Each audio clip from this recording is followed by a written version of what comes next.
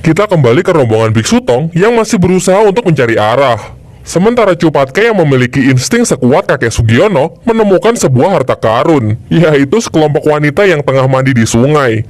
Di waktu yang bersamaan, Sun Gokong dan yang lainnya juga dikepung oleh sekelompok prajurit wanita. Biksu Tong yang melarang Wukong menggunakan cara kekerasan mencoba berbicara dengan para wanita ini. Layaknya imigran gelap, mereka pun dibawa masuk ke dalam kerajaan untuk menerima hukumannya. Dari sini akhirnya mereka pun mengetahui kalau sekarang mereka telah memasuki kerajaan wanita. Setelah memasuki istana, mereka pun dipertemukan dengan sang ratu. Mereka pun juga menyadari kalau ternyata sang ratu adalah wanita yang mereka temui beberapa waktu yang lalu. Kemudian tetua dari kerajaan wanita menunjukkan bahwa ternyata kedatangan rombongan Biksu Tong sudah diramalkan. Berdasarkan ramalan, mereka akan membawa kehancuran kepada kerajaan ini. Sehingga dengan desakan dari berbagai pihak, terutama dari sang ibu suri, rombongan Biksu Tong pun dijatuhi hukuman mati. Namun sebelum itu sang ratu ingin menginterogasi mereka sebelum eksekusi dijatuhkan. Jelas sebenarnya Sun Wukong bisa saja melakukan perlawanan, namun berdasarkan nasihat dari gurunya, ia pun mengurungkan niatnya tersebut. Malam harinya, ternyata Biksu Tong juga setuju dengan Wukong untuk melarikan diri dari kerajaan wanita. Di waktu yang bersamaan, sang ratu tengah menuju penjara, berniat untuk menginterogasi mereka.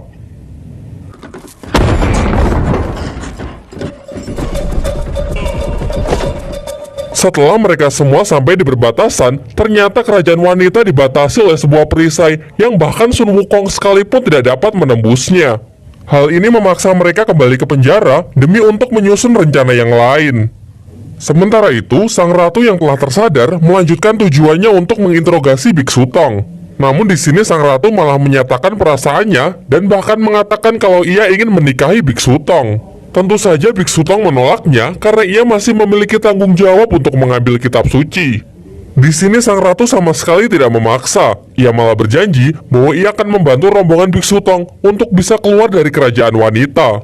Keesokan harinya, tibalah waktu eksekusi. Di kerajaan wanita menjadi seorang pria adalah kejahatan besar sehingga mereka harus dihukum mati. Namun ternyata ini adalah bagian dari rencana sang ratu di mana ia menyamar sebagai seorang prajurit dan mengganti panah yang tajam menjadi panah yang tumpul. Ternyata rencananya adalah untuk memalsukan kematian dari rombongan Biksu Tong, setelah itu membawa mereka ke tempat yang aman untuk mencari cara agar bisa keluar dari kerajaan wanita. Xin.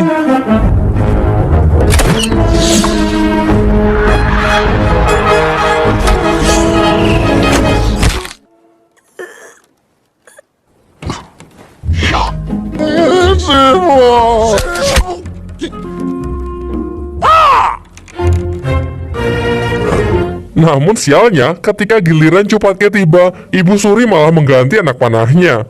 Ia beralasan kalau menjadi seorang pria memanglah kejahatan yang sangat besar, dan jika prianya jelek, kejahatannya menjadi berlipat ganda. Namun tidak perlu cemas, bagaimanapun juga Cupatka adalah jelmaan dari siluman, jelas dia tidak akan mati semudah itu. Setelah puas menyaksikan eksekusi tersebut, Ibu